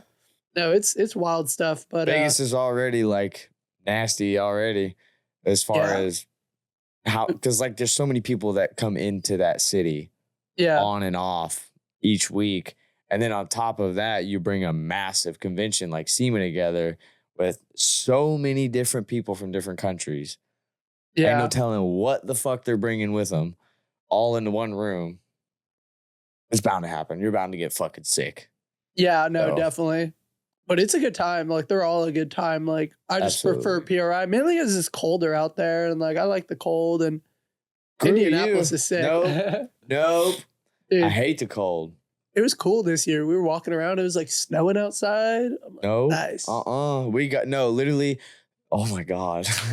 We left the shop up in Kentucky, and I swear, I shit you not, it was like 60 degrees. I was in a hoodie, jeans, chilling. I'm like, it feels freaking great right now. It's a car. And we didn't stop once on the way. That's a crazy PRI. temperature difference for sure. Dude, yeah. It took, I think it was 2.5 hours from the shop to the Colt Stadium. And we got into town, we're rolling in, and I'm like just looking out the window. He's got really tinted windows, and I'm just seeing roads. And then we get like more into the city, and I start seeing the grass, and I'm seeing white everywhere. I'm like, hold up. Is it fucking snowing? Did you see the floor? How it was just all ice the last hour going into Indianapolis? Dude, that was so sketchy. I'm like driving, and it's just like, woo! Yeah. No. Oh my God. Yeah, no. We got out, and it was like 20 degrees, and I'm like, I hate my life already. Yeah. This weekend's gonna suck. Yeah, I just like park. Like, it is so expensive to park at PRI. You need to drive. It's like $75 a day. It is like $50. Yeah, 50 a to day. Uber a mile, and it takes an hour at SEMA. Oh, at SEMA, yeah. PRI was like quick, bro. It's like $7. And Uber's like, $5-6. You can go 15 miles down the road. Okay, that's excessive, but you know what I mean. No, I think we paid $10 and we went 6 miles because we went like every night. We went to like O'Reilly's or anything. We would just Uber there. Yeah, and then bird scooters and lime scooters. Too cold this year. Last year we had like 50 people racing through the park. People kept mentioning this. Why don't we just get a bird scooter and your hands get so cold? No, you're like tripling how cold it is. Yeah, it's wild. Yeah, I don't. No idea how we derailed that fast, but back on to what we were talking about, sponsorships and what I recommend. I think you really have to like go out there and kind of just like make it until it works. Emailing really doesn't work nowadays just because so many people email. I definitely make a lot of connections through Instagram and email, but like going to these events and meeting reps at these events and talking to them and them getting emailing, it's like almost impossible. Yeah. Like I have gotten sponsors that way, but it's also like I'll go and meet these people and they're like, yeah, just email us a resume. And then I text them like, hey, I just emailed you a resume. And then they'll go through their 1,000 thing and just look at mine, and all the other 1,000 just stay there. Yeah. There's no like there's definitely some of those like proposals that you see that work good, but it's just like going out there and representing yourself. You don't need followers. It's really just like how big is your footprint and how you speak about a lot of these products. Mm-hmm. Like I won't just take free product. Like I have to buy the product, put it on your car and be like, I like this product. I want you to sponsor me, because I've gotten a lot of free stuff and it's just not good. And a lot of people have to be wary. Like, if someone's really open to giving you a sponsorship, that's probably like not a good thing. Yeah. But I try and search more on the aspect of obviously good product. Like that's a duh. Yeah. But does it align with like the same, I guess, stylization of branding? So like for me, I would probably never talk to Holly for any type of partnership or anything like that. Like that just probably would never happen. I don't really care about LSs. I don't really care about, they running have like a 40 sister companies, which is absurd. But but like I would just talk to those companies.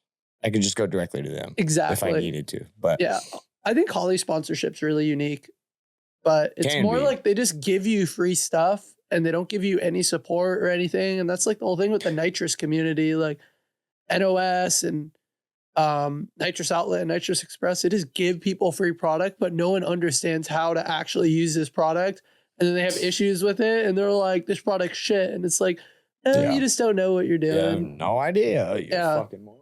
Yeah, I don't know. We're just in a weird part in the world where everything's so expensive and everybody wants a discount on something. Mhm. And my loophole is like selling products. So if I want to build a car, I get 40% off almost anything I want on the car. And like, Yeah. the cool thing is if like, I think that's important to point out, yeah, though, because like, I'm sure there's a lot of people right now, probably even just sitting there watching this, that are like, I fucking hate my job, but I want to keep drifting. Like, obviously, you know, even your average 9-to-5 job probably can't even keep up with a drifting hobby. no way. Like, let's just be honest. No way. Unless you're making your 9 to 5, an you're hour, making, probably. you got to not make really. like 50 an hour Exactly. to be able to do a 9 to 5 and a drift. Right. So, like, in that sense, we'll just put it in your perspective. Why did you choose to run the risk of starting a business in order to compensate that lifestyle rather than just trying to move up in a 9-to-5 type deal?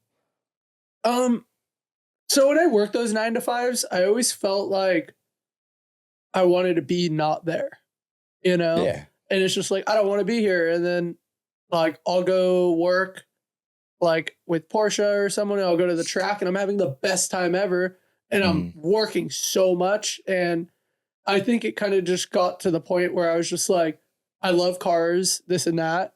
I need to just start selling these products. The whole reason I even made this business was to fund my racing program. Like that was the whole reason I made it. It's literally to sell products to put back into my racing program. And I'm like I want to run something like, you know, Team Papadakis, where like I'm trying to build 2-3 E46s and rent them out to drivers to just drive them at these events, or have a driver like James Dean drive the car the whole season. Right. I like stuff like that. Like I want to make money. I don't want to spend money. And I think that's kind of where the whole idea of selling these products came. And it's a huge liability. And I've noticed a lot of companies I sell, like I have 30 dealer accounts with 30 different companies. And a lot of these companies are like, yeah, we're not doing drop shipping, because a lot of people will be like, I want to drop ship, and then they'll get 35% off and only use it on their own builds. And that kind of ruins it. Or they'll like, people will order stuff through them and then someone will return it. And they're like, we're just restocking everything people are buying. So it's a hard industry, but it's just like, find what you love, you know? Yeah. Like you can go work at a shop and be comfortable. Like if you're making 35, 40 an hour, like you could live off that all day. Yeah, you'd be fine. Yeah. It just matters where you live. Like California, it's near impossible to live off anything under 35 an hour. Yeah.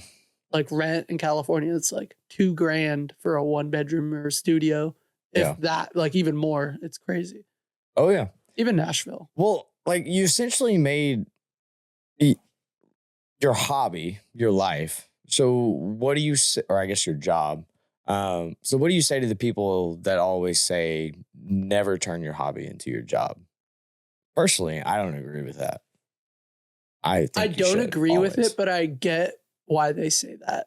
Yeah. I get why they say that. Cause it's like, you never have like a chance to like, if I feel, okay. So I think when it's that point, it's just lack of motivation and ambition. Definitely. I would say if cars are your main hobby and you want to make it into your own business, find another main hobby and then make that into your business. Cause you can't just be doing car stuff 24/7. That's what really got me like dried out. Okay. Yeah, I get that. Because, you know, all I did was car stuff. And like when I was younger, like probably 9 to 16, I used to play hockey and ice skate a lot. So like that's my hobby now, or 3D printing and stuff, or I guess The Sims my hobby now, but that's just like another car thing. I think we all just fall into car stuff. I don't know about you or other people, but like in some capacity, business can be a hobby. Definitely. I do find some, oddly enough, satisfaction in building a business and seeing it progress. Although it is so fucking stressful, there's something in my brain that it's like, it makes me feel good. I don't know. Yeah. I guess like one way I found to like kind of have the best success at owning my own business is like, I've been a personal assistant for like 4 or 5 business owners. Like right now I'm doing some stuff for a health insurance company. and I'm like the owner's personal assistant. So I'll just like do stuff for him and get advice How much from do you him. charge for stuff like that? Like 30, 35 an hour. Oh, wow. Yeah, no, it's good. See, like even that. But yeah, Like, that's being just a like personal a assistant, part-time it's job crazy. for me. Like I'll do like 30 hours, 20 hours Yeah, a but week. you could physically start a business being an assistant for yeah. multiple companies. Yeah, like you like, just said, if- 30. That's a lot of money. It's good. You're like 80 grand, I think, a year around there. Yeah. So Mhm. it's definitely livable. I don't know. I've just like, it's hard to be a business owner. And when I talk to so many of them, and you just have to like work with them and kind of get the understanding of being a business person. And like, it's like, it's weird. You learn so many different things, like not speaking on stuff that hasn't happened yet, you know, like, oh, I have this really cool opportunity. Like I used to always be like, oh my God, this person reached out to me. I have this really cool opportunity. I don't tell anybody anything until it's finished, because every time I speak about something, it doesn't happen. It falls through every time. Every time. So until it's like done. I don't know what kind of juju there is in the world, but it happens every motherfucking time, dude. Man, it's so bad. I'm just like, I have this huge deal happening, and it's just like, I'll talk about it and it'll just fall through the next week. Yeah. Yeah. Oh yeah. And yeah, I've had like RTR reach out to me to like redo some of their Nitrous stuff. Did some stuff with Grand Theft Auto 6 coming out next year. Oh, Yeah. really? Wait, they what? They wanted What some did you do for GTA? So I know all these people with cars, and they're like, we want to like have cool cars that we can like film, because what they do is like they put cameras all around the cars, and then they animate all that stuff and make it look real. They were like, we want to pay you to bring us cars. And dude, that was like, I got a message from someone who works for them. She's like, hey, like I do this, that. Like I want to get on a call and talk to you about something. I'm like, cool. And they're like, okay, we just need you to sign these contracts before we get on the call. I'm like, what? And it's just like NDA. Yeah. And I'm just like, what the hell? And I'm like, what is this NDA? At the very bottom, it's like Rockstar Games. Like, oh, like I didn't know what it was. That's super dude, cool. it was crazy. And like, they were just like, oh, like, we want you to do this and that. I'm like, I want to be in the game. And they're like, no shot. I'm just like, damn. Dude, it was crazy. So you probably can't talk about details of that. No, there's really not much to talk about. Like I brought them cars and they filmed the cars. And that's that. Like they're not going to tell me, but I definitely think I'll be able to play the game before everybody else, which will be wild. That's cool. Yeah. Okay. Or yeah, like play it or even see it. But that was the craziest thing. I was trying to get my business into the game. I was like running like a parts like sponsorship person, you know, like you know, then GTA, they have like this underground person. Hey, like I'm in control of the underground. I was like, how cool would it be if like I could be that character? Right. So cool. Absolutely. But it's just like meeting people, and that's like not something I tried to get. It just like hit me. And that was the same day the RTR stuff all happened. And I'm like, oh man, this is the best day ever, boys. We're going up. We're in it, baby. Yeah, no, I was so excited. And I thought that was gonna fall through, and like ended up like going through. And they're like, "We'll reach out if you ever need anything." And this happened like 4 months ago, but dude, that was the craziest thing. And I spoke on it to one of my friends. I only told one person, but like a couple months ago when it happened. And then I was just like, I'm not telling anybody else because I don't want to. Now you told the internet. Yeah, no, I don't care. Now, like I'm allowed to tell them, like, oh, I worked with Rockstar Games. Like it was more just like any of the important details, like release date, and then there was like some characters and voice people there. So it was just like a lot of the like important stuff they don't want to talk about. But yeah, it was crazy experience, and just That's like awesome. $100 freaking million worth of filming equipment and stuff. Just like crazy cameras. I'm like, what's this? They're like, this is a LiDAR recording camera. I'm like, a LiDAR recording camera for video? And they're like, yeah, like scans all the terrain and everything around it too. And I'm just like, I didn't even know that existed. It was just some crazy stuff that they put on the cars. And yeah, that I couldn't even tell you what you just said. I don't. No idea. Yeah, like there is a lot of stuff. And I know cameras. I do too. Yeah. And I've had this happen a couple of times. I've signed NDAs with like filmers. It was like Redbox or something camera. It's like a boxy camera that films like 6K quality. Redbox? Like a red camera? Red camera, maybe? No, it's a black box, but it's called like something box camera or something. Black Magic? A what? Black Magic? No, I don't think so. It's like a 30, 40 grand camera. Like probably a red camera then. Maybe it is a Red camera. I'm pretty. That's the company, right? Red camera. Yeah. Okay. Yeah. I think it was them. Red is the name of the company. Okay. Cool. Okay. I can't remember. I'm not super like intricate on cameras, but when I was working with this client, Drew, he had like a 12C, and they had like the first prototype one on a gimbal on top of an Aston Martin, and they're like, yeah, like you cannot film anything with this camera. And it said something about like I'd be super like cool. Sued for $30,000 for posting it. And dude, we filmed it, and when they showed it, it looked like it was the same camera they would use to like film any Tom Cruise like action movie. And it was on like $150,000 gimbal on the back of a $250,000 Aston Martin SUV. So it was crazy stuff like that. Like you just run into these really weird situations that like none of them make any sense. Like the GTA stuff, like filming an ad for a camera, stuff like that. It's cool, but it's just all kind of ends up working out in the business and like trying to bring products into like one thing, like working with this fire suppression company, and they like do fire suppression for electric vehicles like Teslas, like a wet foam. Wow. Because you know those cars, they'll burn for like 4 days straight. Oh yeah. And it's crazy. But just like working with all those different companies, and somehow they all like come back to selling products or like monetary sponsorships. Like reached out to like dental companies, insurance companies, law firms. Like I'm not going to reach out to Scott at Grip Royale for a monetary sponsorship because he has everybody else reaching out to him for a monetary sponsorship. So I've tried to like find different key points that will like bring sponsorship money, which will bring more people to work with, which will bring more product. That's not saying don't reach out to the person you want to work with. Definitely reach out to anybody you want to work with. It's just monetary sponsorship. Like if you're trying to get money, your chances of getting money in an automotive based company is so much more slim than reaching out to some dental company that works in your city that you could genuinely impact in a positive way. Like if you're getting 50 grand from Link ECU, like that's cool, but like that's like a social media sponsorship. You can't really talk about that in your town, you know? So I try you to can't like, drive a car and that be it for 50 grand. Like that doesn't, there's like, no value equation there. Yeah. So I've been like focused on just bringing other people into the industry, like trying to talk with like TripAdvisor, like sponsoring like events, Turo, stuff like that. Yeah. And like, I think I'm working with this company events.com, and they like do like a bunch of stuff out in Europe, like the motorcycle GP stuff. And super cool. It's pretty wild. It's pretty wild. Hell yeah. But yeah. What are you doing? What's new with you and exciting with the podcast? Any like cool plans? Damn. We're asking I'm never the one to get questions. So I know. Like, I have to ask you at least one question. I'm like, oh wait, this is off. Am I supposed to talk right now? Are you talking to me? No, I mean, obviously I have quite a few plans. Definitely going to be out at events doing some podcasts. Have you done that before?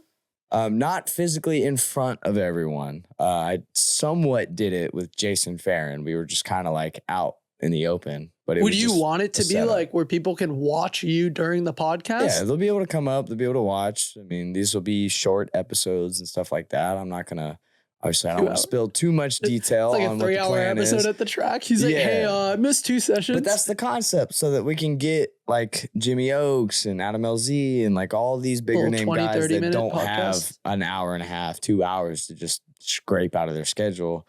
They can just come park their car over at the pits or the vendor spot real quick, sit down, 20 minutes, you have like 6 people, and then it becomes like a special episode per month.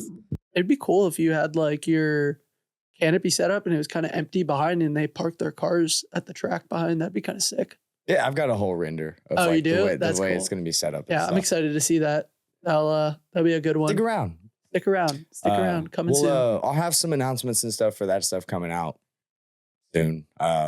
Hopefully soon. A lot of shit going on behind the scenes for that, but we'll figure it out. And then, I'll just let you know when that happens. But yeah, we'll definitely have to do something at one of these events. Like, absolutely. That'd be cool. We'll get you sat down and maybe that's when we can talk about the builds and all that, because that's more of like a 20-30 minute kind of thing, not just straight to the point on it. So just like nitrous supply stuff, partnering up with FD next year. That's kind of what I'm planning on.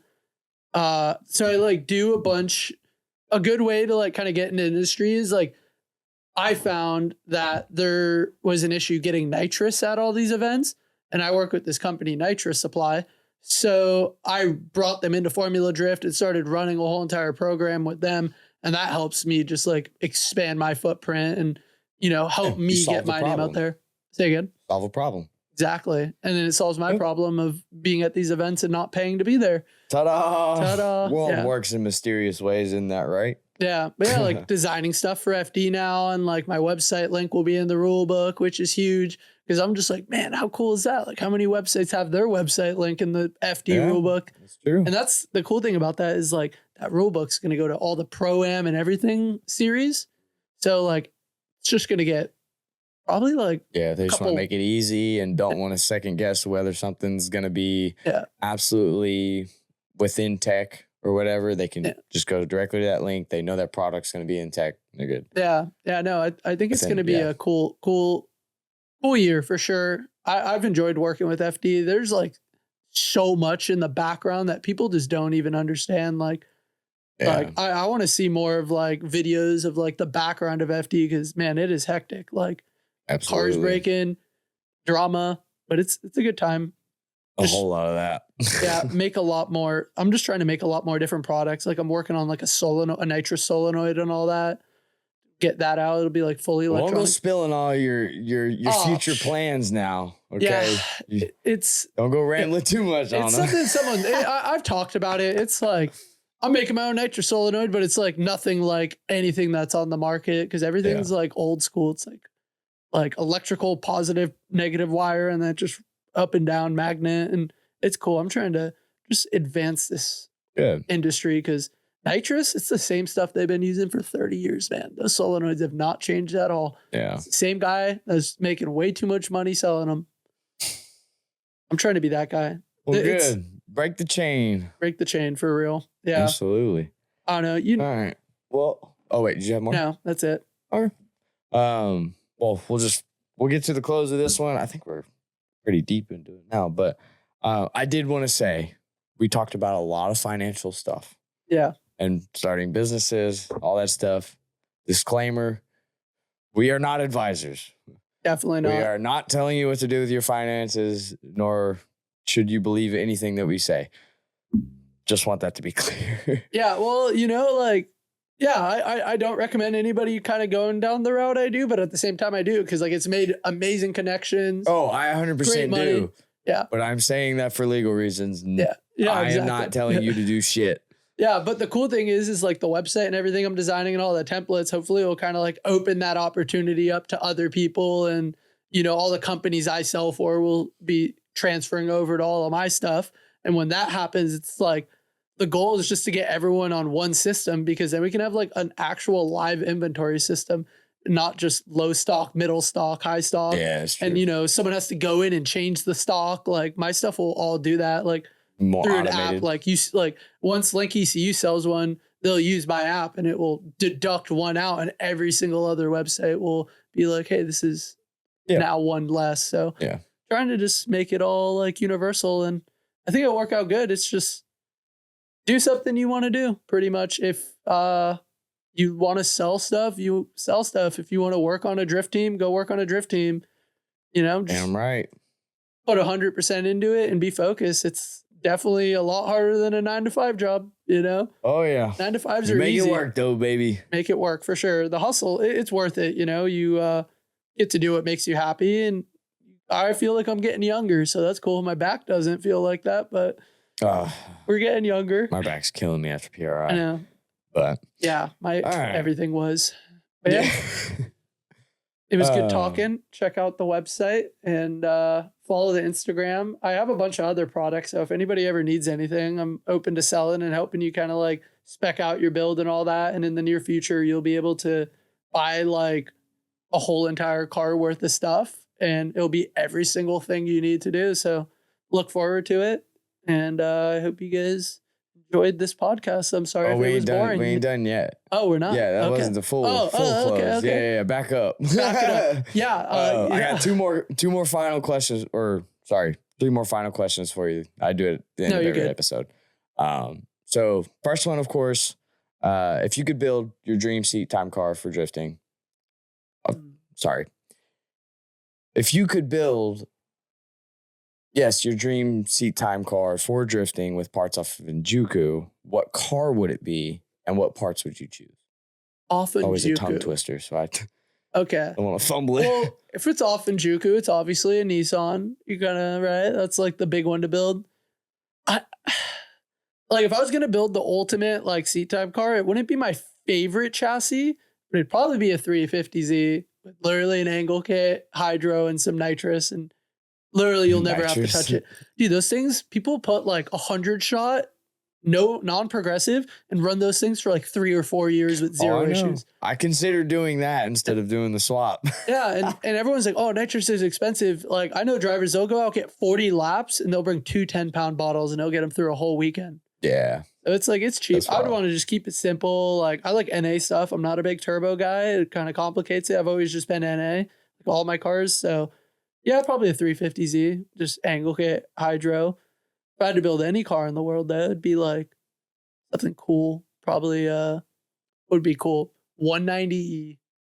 80s. Oh wow. That'd be like 2J cage. There's a couple of them that are out there.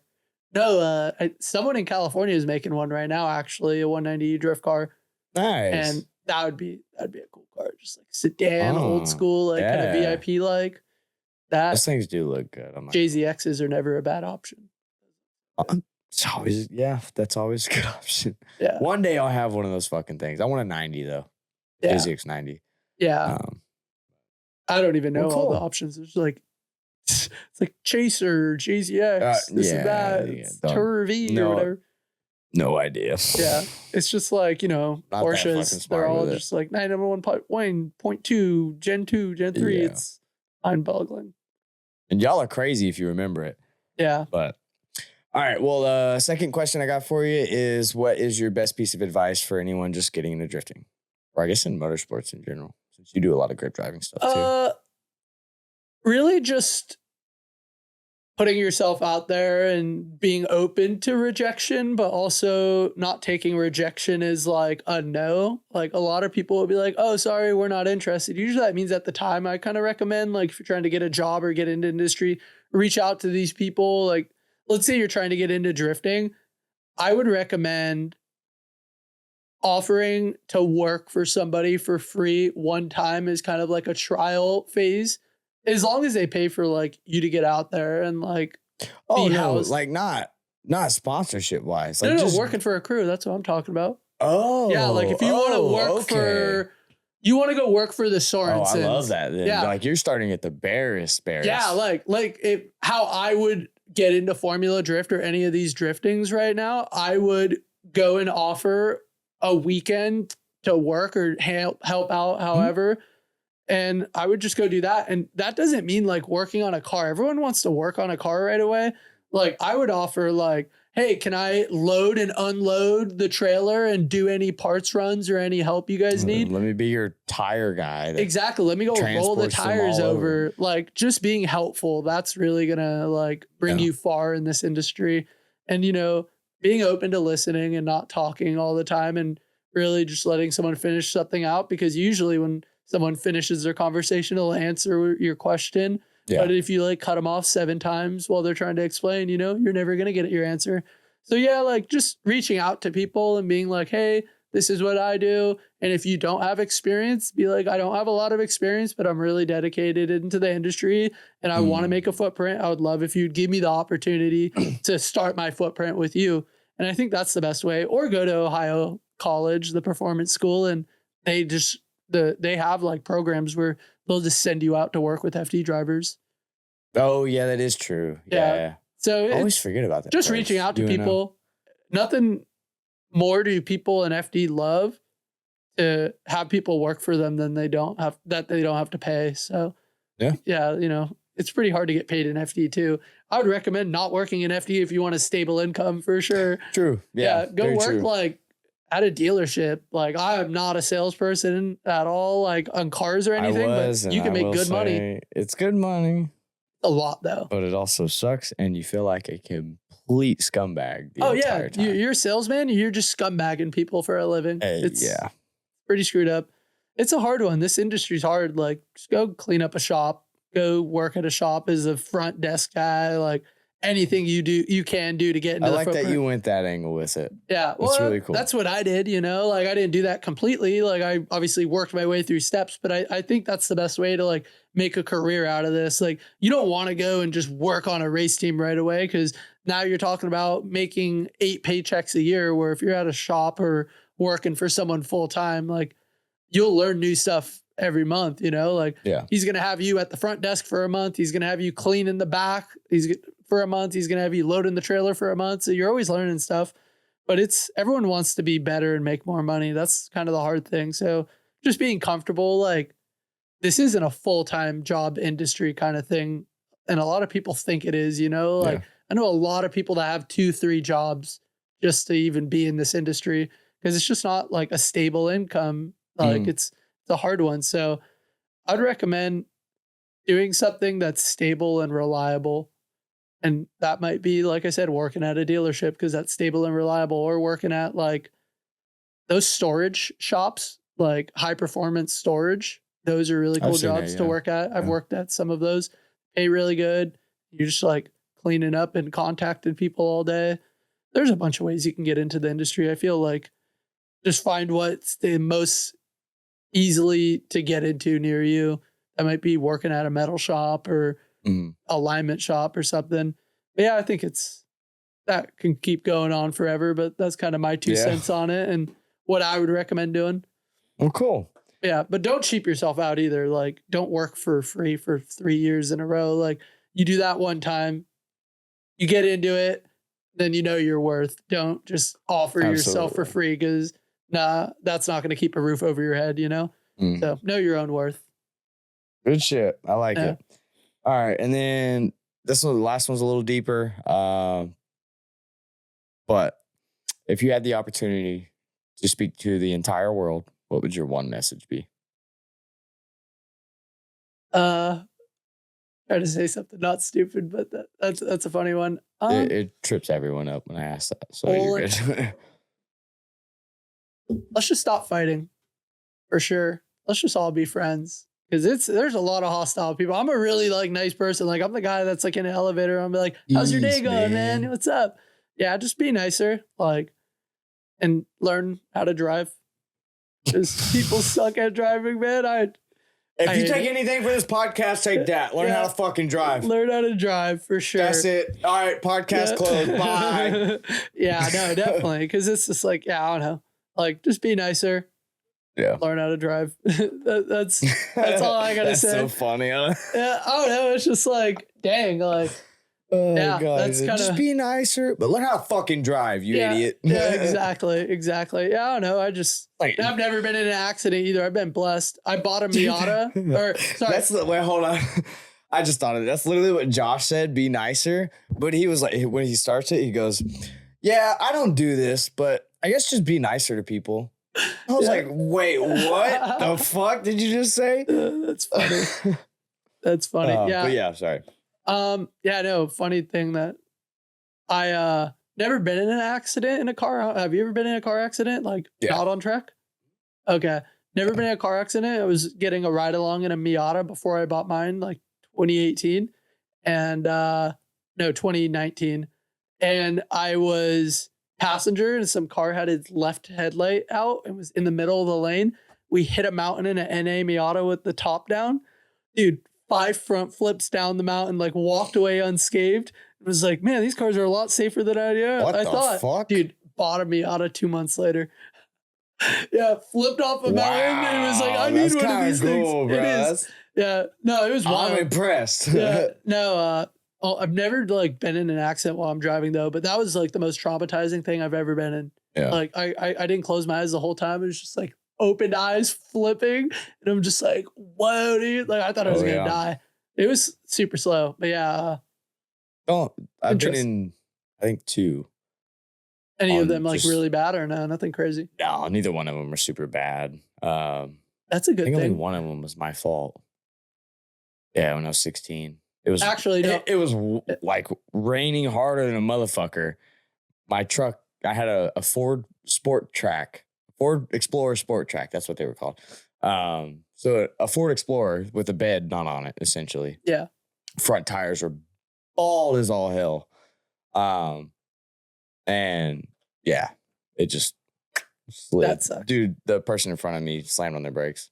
That honestly could have been me on the way here coming around that corner, dude. I'm like, lock the brakes up for like 100 feet. And I'm just like no choice, bro. I was like, but Yeah. my truck was fine. Didn't do anything. It just knocked the license plate thing off the bracket for it. Oh, that's lucky. I've actually, technically I've been in one accident. Like I was in a parking lot. This car like pulled out and then got on the brakes. And I was already like off the clutch going on throttle. And like I hit the brakes, stopped, and then stalled straight into them. That's the closest I've been to an accident. That was my fault. And then there was like some old guy and he was like, oh, you're good. Cool. Yeah. Gotten like 20 tickets though. Yeah. We're not gonna go into that. That'll take fucking forever. That'd be so funny. That'll definitely follow for the next time I come on for sure. Because that's you gotta stick around for that one. Yeah, I definitely want to bring that in its own thing. It's just like California police, man. You're in a state with 80 million people. It's crazy. All right. Well, if you want, give yourself a shout out or shout anyone else out that you want to. Follow me on Instagram, JC Motorworks. Or JC Motorworks, WERKZ is the works, and website's jcmotorworks.com. I post a bunch of events and stuff on my Instagram highlights. It has probably like 200 track days out of the year. So if anybody's looking for some events local to them, it's like highlighted events for you 2025 on my Instagram. It's a really cool way. I have a lot of people that will actually use that. Like I get like 6 likes on it a day. Any like seasonal roster I see, I just throw it up on there. So I have like 40 different event rosters for the year, and it's pretty cool. I have a buddy, Andy May, that's been on the podcast. He compiles an entire list every year of like essentially all the events happening. Really? Around all the primary events that people would be going to. That's cool. I didn't know that. Yeah, I've like, since I just know so many people, I follow people from every state, and those people will repost their schedules and I'll post them. So like, same thing. It's essentially how he does it. Yeah, it's like I probably it's still building up this year. Hasn't even started yet, but I already have like 20 event rosters, and it's like road racing, drifting. I've even started to add drag racing and some rally into it. Cool. Just trying to like have a little bit of something for everybody. So yeah, that's kind of it. You know, I got like 5 companies I'm launching with. So if you guys need anything that's not listed on the website, feel free to like give me a call or an email. I pretty much have all the companies. They're just being added onto the website. Is a manual ordeal that takes a long time. Yeah. So yeah, that's pretty much it. Shout out Link ECU and Jason and Nitrous Supply. That is it. All right. Shout out Dawson. Thank you for having me on the podcast, man. So sweet. Yeah, no, I appreciate it. We had a good time. You're welcome anytime, man. Thank you. It was awesome. But yeah, that's all we got for this one, of course. So links to everything you always need, of course, are in the description. If you haven't hit the subscribe button by now, I don't know why you haven't. You're this far into the video. You liked it, obviously. So go ahead and make that button not red anymore. Hit the bell notification while you're at it. But I really appreciate it either way. So that's it. Yeah, I'll see you each and every Sunday for a brand new episode. Thanks. Peace.